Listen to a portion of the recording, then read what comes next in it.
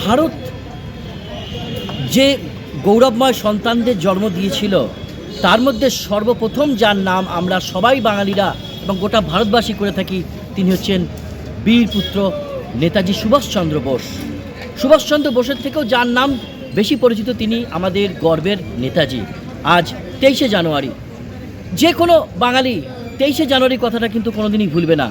আজ বর্ধমান জেলা তথ্য ও সংস্কৃতি দপ্তর এবং জেলা প্রশাসনের উদ্যোগে নেতাজি সুভাষচন্দ্রের 129তম জন্মবার্ষিকী পালন হলো বর্ধমানের রাজপথ করজন গেট সংলগ্ন নেতাজি মূর্তির পাদদেশে। সকালবেলায় এই অনুষ্ঠানে জেলার শাসক মাননীয়া আয়শা রানী থেকে শুরু করে জেলার তথ্য সাংস্কৃতিক আধিকারিক রামশঙ্কর মণ্ডল সহ বিশিষ্ট ব্যক্তিবর্গ তারা কিন্তু মাল্যদান করেছেন, সংবাদ মাধ্যমের প্রতিনিধিরাও মাল্যদান করেছেন। আমরা স্মরণ করব চিরকাল, শুধু একটা দিন নয়, নেতাজি জন্মদিনের জন্য আমরা সারা জীবন এই মানুষকে নমস্কার করব, প্রণাম জানাবো, শত কোটি প্রণাম। কে মল্লিক, এটিএন বাংলা, কলকাতা, বর্ধমান। আমরা জন্য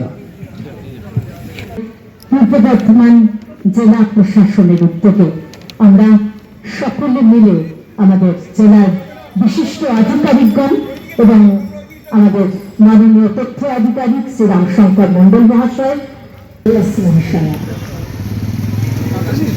এরপরে মাল্যদান করবেন শ্রী রাজস্বীনাথ মাননীয়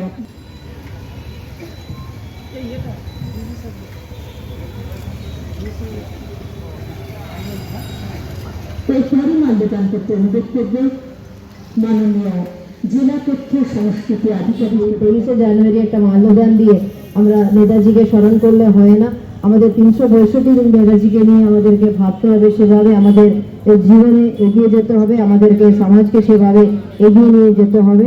এটুকু বলে আমার বক্তব্য এখানে শেষ করছি। নমস্কার।